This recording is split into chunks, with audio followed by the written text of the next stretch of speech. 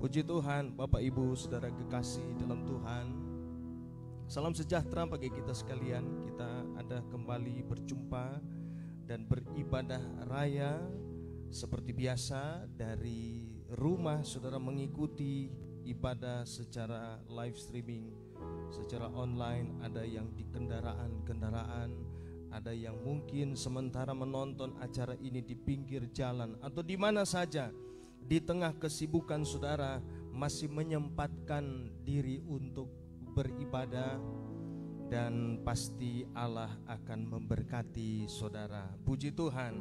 Nah, saudara di dalam Tuhan, tentunya pada hari ini kita semua sudah siap kembali diajar, dikuatkan, diberkati dengan bagian firman Allah. Tuhan menggerakkan saya untuk berbagi dari perihal tentang Roh Kudus, karena pada hari-hari ini beberapa gereja mengadakan doa 10 malam atau 10 hari berdoa, dan kita tetap ada di dalam kegiatan-kegiatan beribadah. Tentunya Roh Kudus menjadi kerinduan kita di hadapan Tuhan. Mari kita membuka dalam surat Kisah Para Rasul, Kisah Para Rasul pada pasal yang pertama, pada ayat yang ke-8.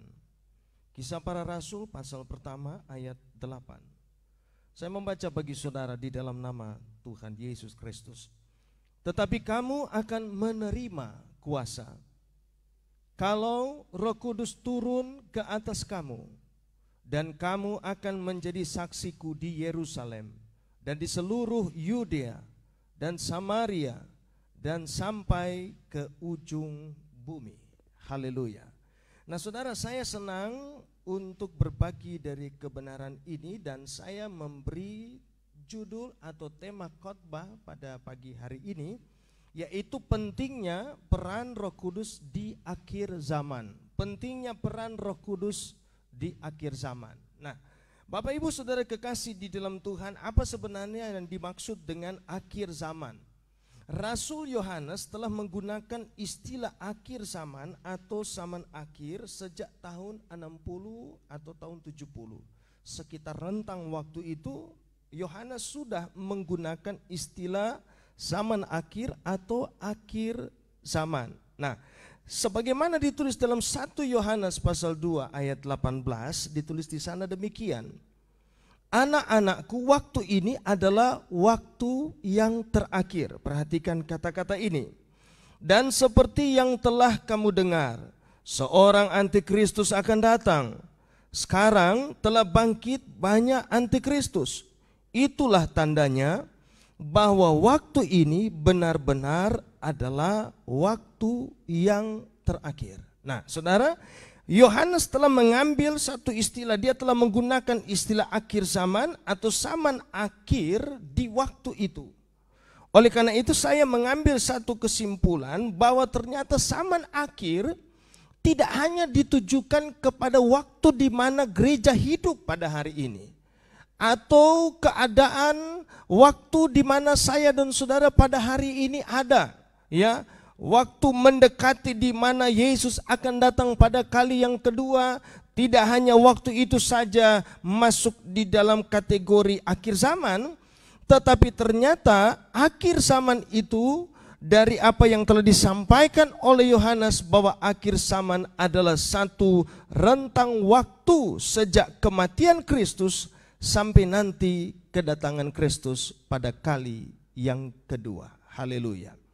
Jadi saudara, keadaan akhir zaman, waktu akhir zaman itu telah dihitung sejak waktu di mana Kristus mati, dan nanti sampai mendekati di mana ya Kristus akan datang pada kali yang kedua dan antikristus berkuasa. Itulah waktu di mana firman Allah menggarisbawahi sebagai waktu atau hari atau zaman akhir itu, atau akhir zaman. Nah, Bapak Ibu kekasih di dalam Tuhan, kata yang ditulis pada ayat pokok kita, bahwa kamu akan menerima kuasa kalau Roh Kudus turun ke atas kamu.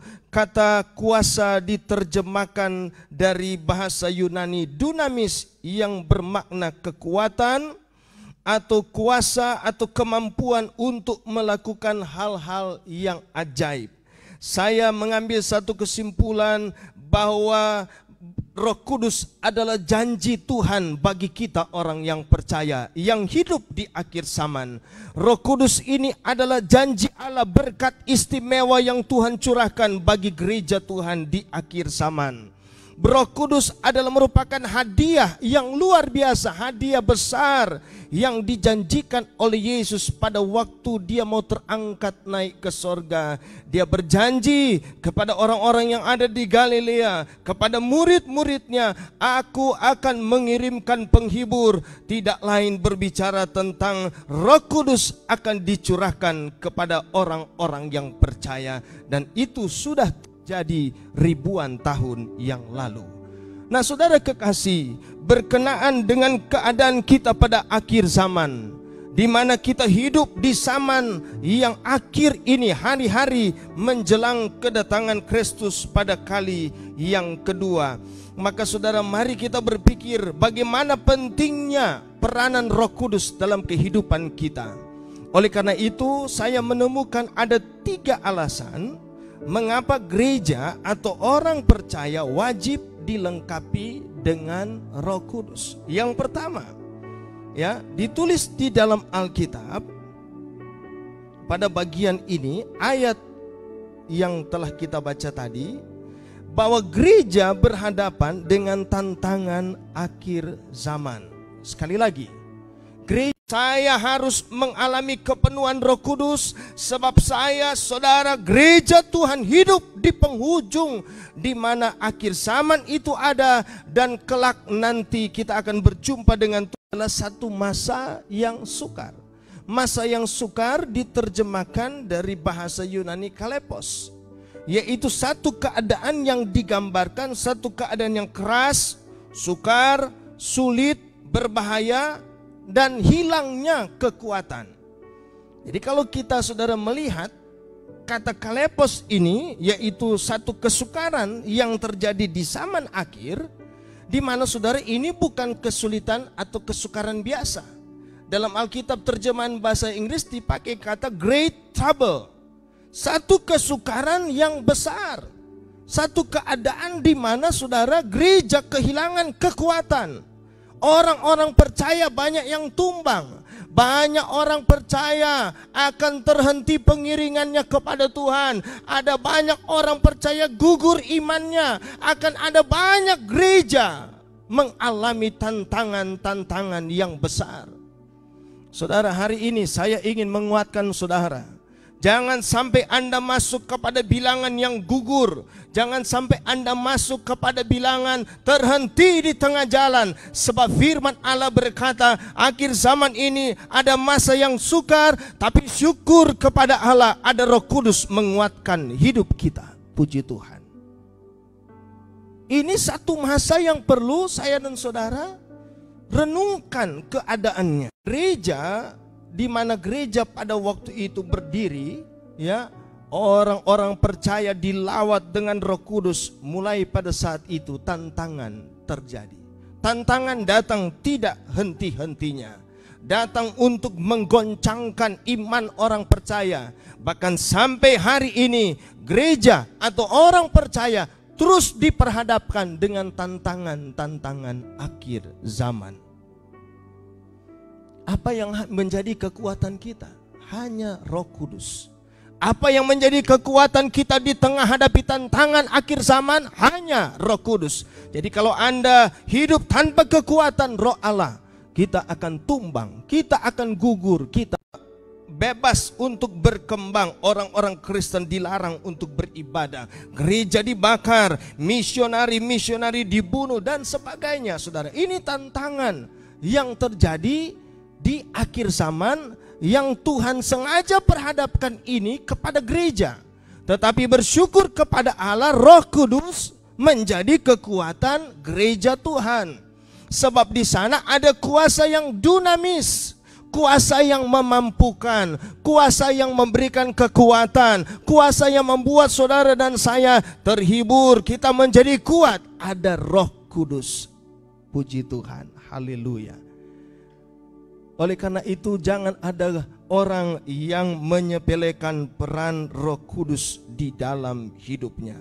Kisah Rasul pada pasal yang keempat, Kisah Rasul pasal 4 ayat 31. Kita membaca bagian ini. Dan ketika mereka sedang berdoa, goyanglah tempat mereka berkumpul itu, dan mereka semua penuh dengan Roh Kudus. Haleluya. Lalu mereka memberitakan firman Allah dengan berani. Saudara.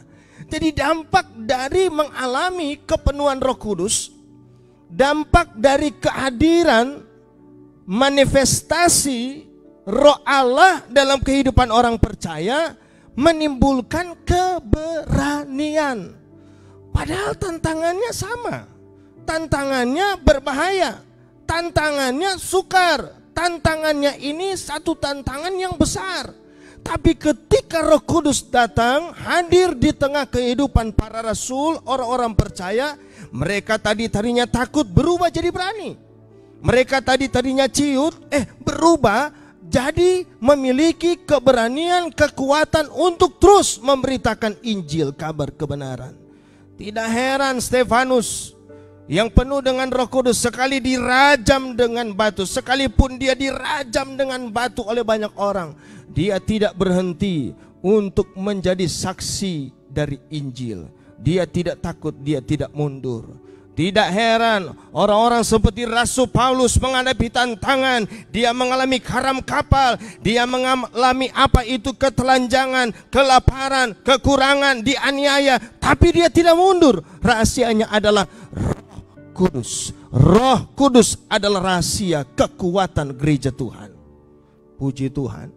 Jadi saudara, kalau Anda ingin pada hari ini tetap berdiri dan bertahan mengalami berhadapan dengan tantangan akhir zaman, biarkan hidup Anda dipenuhi setiap hari dengan Roh Kudus. Tidak cuma 10 malam dipenuhkan dengan Roh Kudus. Tidak hanya 10 malam ya kita bereforia dengan lawatan Roh Kudus, tapi setiap hari seyogianya kehidupan orang percaya harus berpesta, harus mengalami kepenuhan Roh Kudus. Ya, kita boleh saudara membuat satu label bahwa hari-hari ini merupakan pesta kepenuhan Roh Kudus. Tetapi gereja tidak hanya mengalami pesta atau kemeriahan kepenuhan Roh Kudus, doa-doa mengalami kepenuhan Roh Kudus di 10 malam ini. Tapi setiap hari hidup kita harus dipenuhkan, dipimpin, dikendalikan oleh Roh Kudus.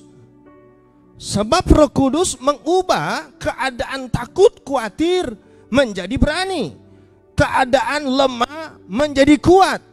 Keadaan di mana saudara dan saya ada di dalam keadaan lunglai, tidak berpengharapan, tetapi ketika Roh Kudus ada hadir dalam kehidupan kita, kita jadi berani. Haleluya.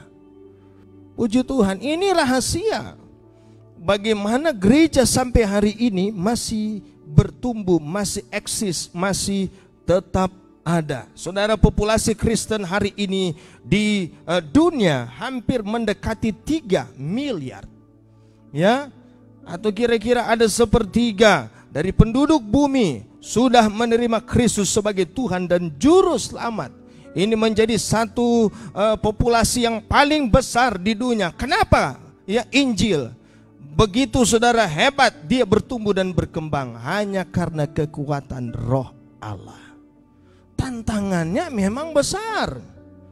Tantangannya luar biasa. Gereja ditutup, tidak boleh beribadah, gereja dibakar, para misionari dibunuh, dipenggal kepalanya. Tapi sampai hari ini Roh Kudus tetap memberi kepada gereja kekuatan, keberanian.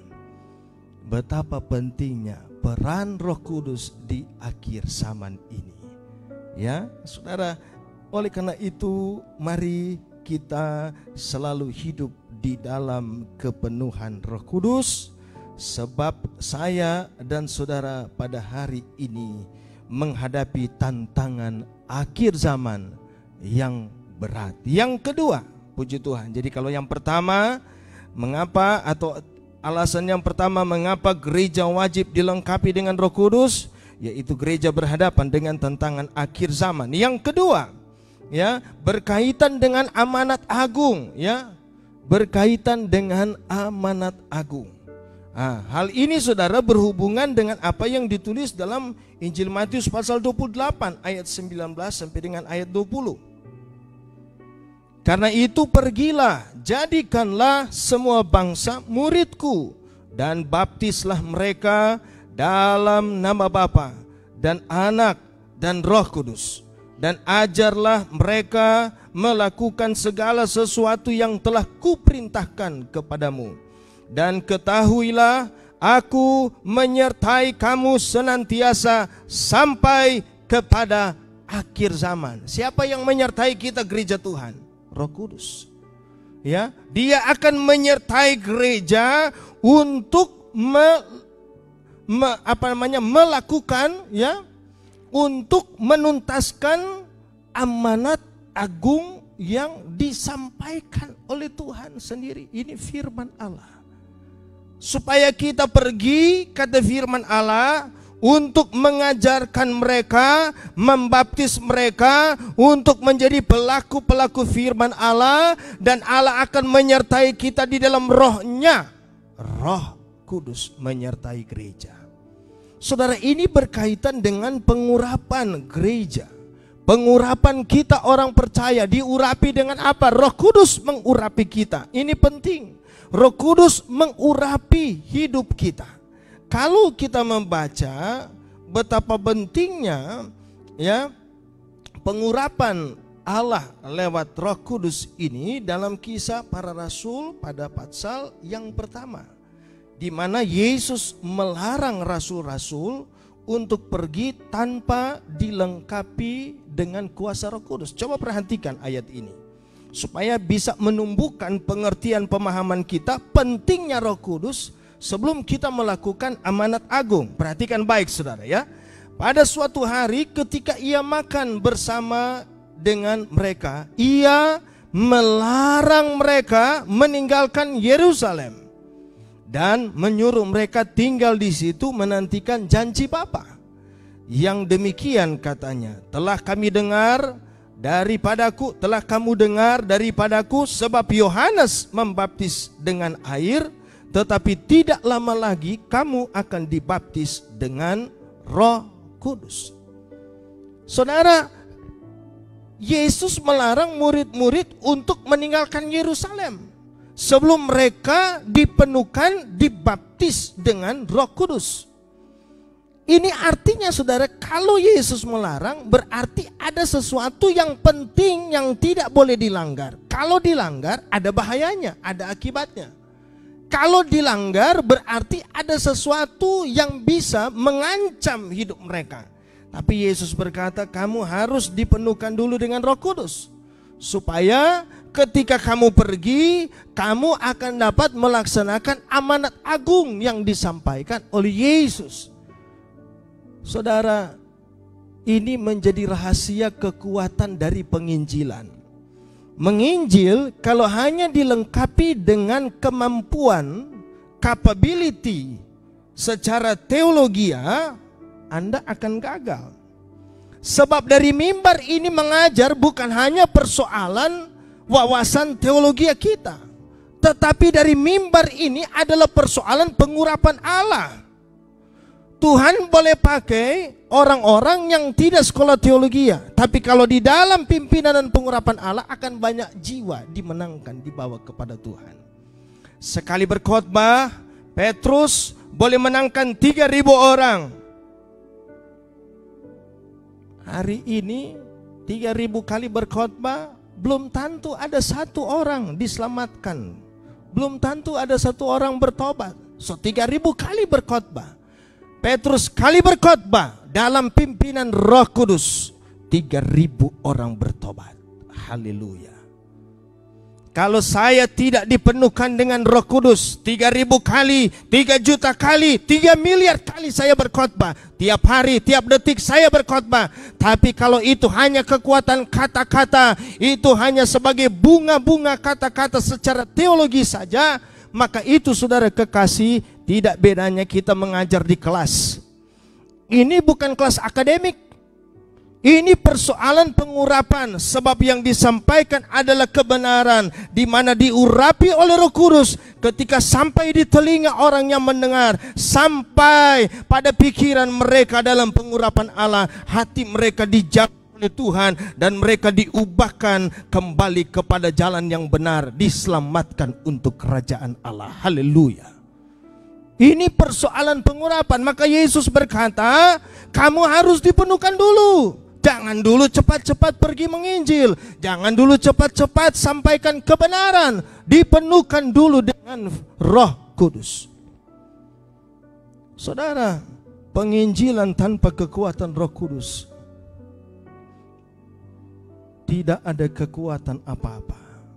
Saudara, ini bukan persoalan kita jual kecap atau jual obat.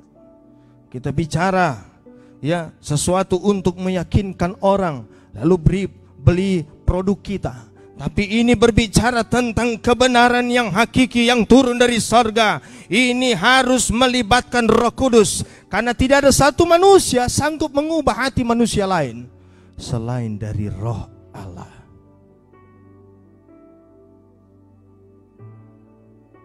Roh Kudus menjadi satu hal yang penting bagi gereja. Sebab yang kita hadapi tantangan yang luar biasa. Tantangan pada hari ini telah bergeser. Ya, tantangan yang dihadapi gereja, tantangan yang dihadapi bukan hanya sekadar tantangan penolakan terhadap Injil, tapi gereja berhadapan dengan tantangan secara ekonomi. Ada orang tidak bisa datang ke gereja. Ya, pendeta, maaf, hari ini kami sekeluarga tidak bisa datang ke gereja. Oh, kenapa? Sebab tidak ada uang derma, tidak ada uang kolektor, tidak ada persembahan. Saudara, kalau Anda tidak memasukkan uang di dalam kotak persembahan, bukan berarti sorga bangkrut. Tetapi saudara, yang Tuhan minta adalah persembahan, yaitu hidup kita, diri kita di hadapan Allah. Memang saudara, kalau kita punya kita beri. Tapi kalau Anda tidak punya dan itu menjadi alasan Anda tidak bisa datang kepada Tuhan, ini berbahaya. Saudara, ekonomi, persoalan finansial telah menjadi tantangan gereja, ya. Tantangan itu juga bisa berubah, bertransformasi, menjadi bermutasi dalam bentuk tantangan kerusakan moral pada hari ini. Itu yang gereja hadapi. Bahkan kerusakan moral sudah masuk sampai di dalam gereja. Dari pemimpin-pemimpin gereja sampai kepada jemaat-jemaat biasa, iblis datang bekerja untuk merusakkan. Kalau kita tidak hidup dalam pimpinan Roh Kudus, hancur gereja. Moral orang menjadi rusak, pikirannya menjadi rusak, akhlaknya menjadi rusak, karena saudara tidak hidup di dalam pimpinan dari Roh Kudus. Belum lagi berkembangnya pengetahuan, sehingga pada hari ini ya orang lebih dominannya pikirannya daripada imannya. Orang lebih kuat berpikir daripada beriman kepada Tuhan. Sebab apa? Pengetahuan menjadi begitu dominan, sehingga orang tidak mengakui lagi kemahakuasaan Allah. Tantangan gereja. Tapi kalau hidup dipenuhkan dengan Roh Kudus, orang akan mengakui hebatnya kemahakuasaan Allah, peran Allah di dalam hidupnya. Saudara, hiduplah di dalam kepenuhan Roh Kudus itu. Yesus melarang murid-muridnya untuk meninggalkan Yerusalem, sebab penting untuk hidup di dalam kepenuhan Roh Kudus. Ya, mari kita saudara mengutamakan hidup di dalam kepenuhan Roh Kudus itu. Sebab fakta pada hari ini Ya, banyak gereja gagal di dalam pelayanan dan penginjilan. Kenapa? Karena tidak lagi bergantung kepada kekuatan Roh Kudus. Ya, di atas gereja ditulis besar-besar gereja Pentakosta, gereja Pentakosta. Tetapi apakah roh Pentakosta, apakah roh Pentakosta itu hadir di dalamnya? Jangan-jangan tinggal merek, jangan-jangan tinggal nama Pentakosta, Pantekosta, tapi di dalamnya roh Pantekosta tidak ada lagi.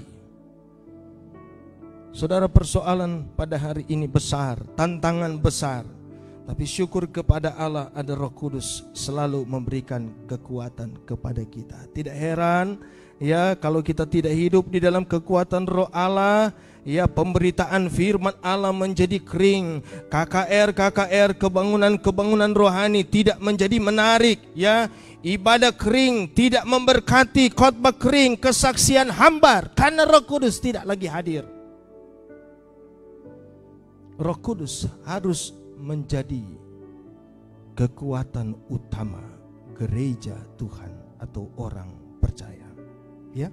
Nah, itu yang kedua. Yang ketiga, yang terakhir, mengapa saudara Roh Kudus itu menjadi penting di akhir zaman? Hal yang ketiga atau alasan yang ketiga ialah peran Roh Kudus dalam penyingkiran gereja sebelum Antikristus berkuasa.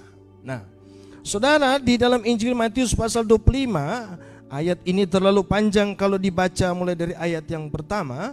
Tapi Injil Matius pasal 25 mulai dari ayat pertama sampai ayat 13 saya tidak membaca. Tapi di sana ada perumpamaan tentang gadis-gadis yang bodoh dan gadis-gadis yang bijaksana.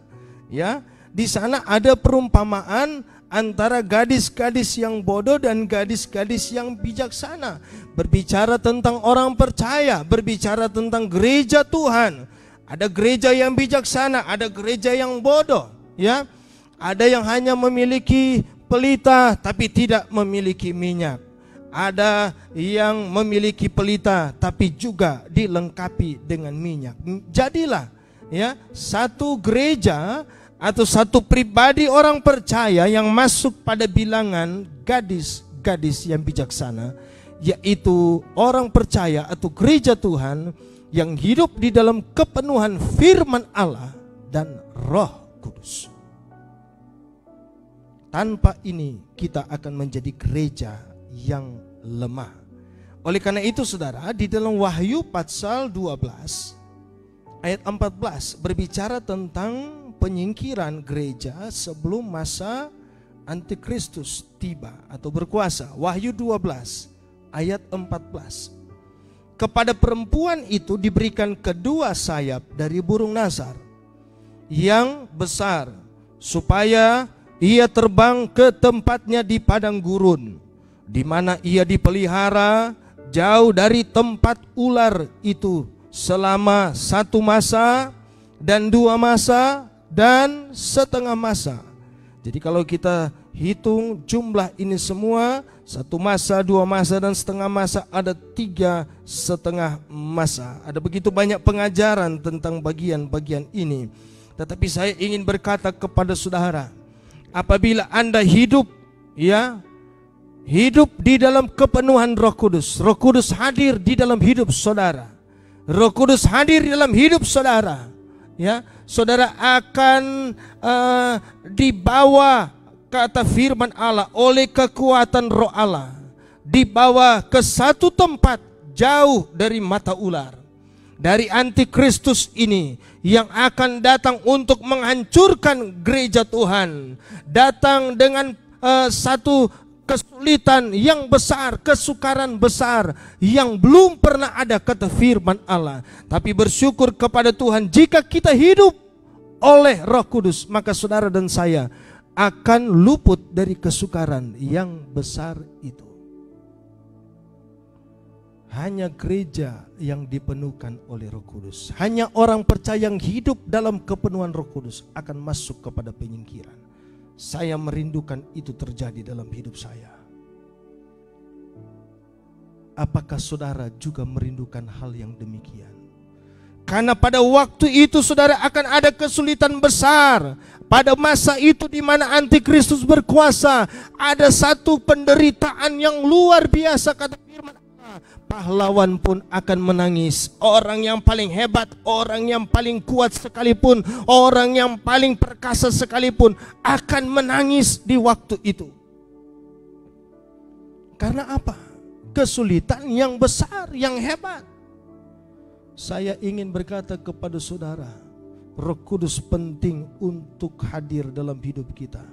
Dia penyelamat kita yang akan meluputkan kita dari kesulitan-kesulitan di akhir zaman yang dikerjakan oleh antikristus. Bagaimana saudara untuk menjaga Roh Kudus supaya bisa tetap hadir dalam hidup kita? Bagaimana menjaga supaya Roh Kudus itu manifestasinya ada di dalam hidup kita? Yang pertama, hiduplah dalam kekudusan. Baru DP nama Roh Kudus. Dia bukan roh najis.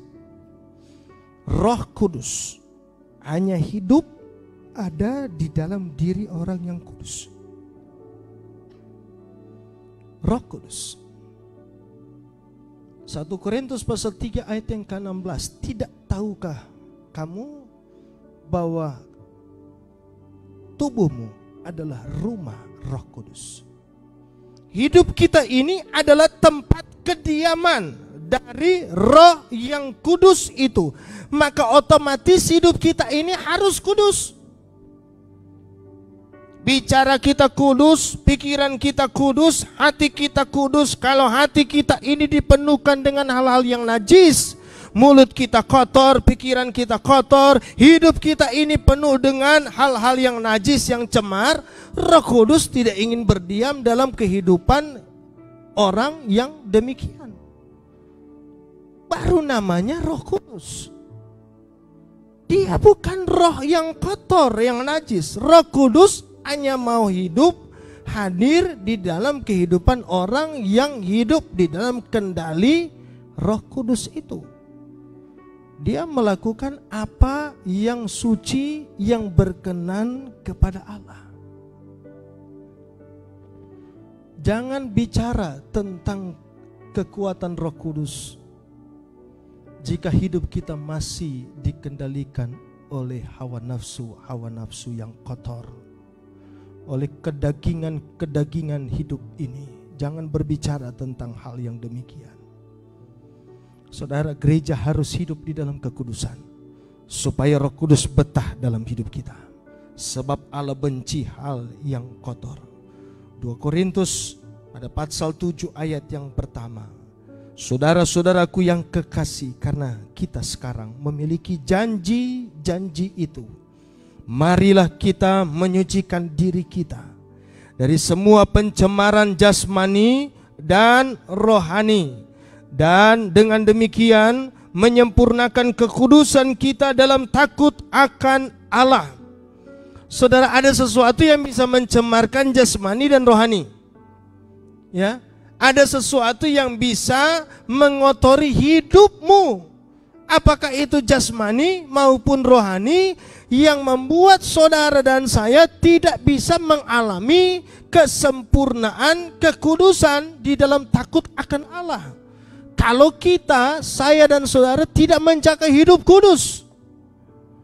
Iblis boleh bisiki, ya, iblis boleh mengintimidasi, orang lain bisa dipakai setan untuk menghancurkan hidup dan masa depanmu sehingga engkau ada di dalam keadaan cemar. Orang lain bisa menjadi alat untuk dipakai setan untuk datang menghancurkan hidupmu. Situasi dunia pada saat ini bisa dipakai oleh setan untuk menghancurkan gereja. Tapi saya berkata, kalau kita hidup di dalam kekuatan Roh Allah, kita akan tetap bertahan, sebab Roh Kudus ada di dalam hidup kita. Dunamis, ini kekuatan Allah yang hebat dan luar biasa, yang membuat kita tetap bertahan. Jaga kekudusan. Yang kedua, pelihara keintiman dengan Roh Allah lewat menjaga mezbah doa. Saudara, kehidupan orang yang dipenuhkan dengan Roh Kudus, dia pasti intim. Habitatnya, dia punya habitat itu ada di kamar doa, mezbah, ya, di tempat-tempat di mana saya dan saudara membangun hubungan keintiman, intimasi dengan Allah. Sebab di sanalah saudara, Roh Allah, ya, akan makin akrab dengan hidup kita. Dia betah. Ada penyembahan. Tapi kalau kita mau hidup di dalam Roh Kudus, mulut kita kotor, mulut kita penuh dusta, tipu muslihat, hati kita ini penuh dengan hal-hal yang najis, yang kotor, yang cemar, yang pahit. Hidup kita ini ada di dalam keadaan yang Tuhan tidak senang, yang Roh Kudus tidak senang. Dia akan pergi tinggalkan hidup kita. Jaga kehadiran Roh Kudus dengan apa? Hubungan dengan Tuhan. Sebab Roh Kudus juga adalah pribadi dari Allah. Kalau kita menyembah Tuhan, memuji Tuhan, baca firman Allah tiap hari, itu akan membuat Roh Kudus betah. Tapi kalau kita hidup jauh dari lingkup ini, dari ruang-ruang doa dan penyembahan kita, Roh Kudus akan pergi. Maka saudara, kita berkata, Roh Kudus, mari hadir dalam hidup saya. Lengkapi hidup saya dengan kekuatan-Mu yang dinamis itu, yang membuat kita mampu untuk berdiri hadapi tantangan zaman. Haleluya, puji Tuhan.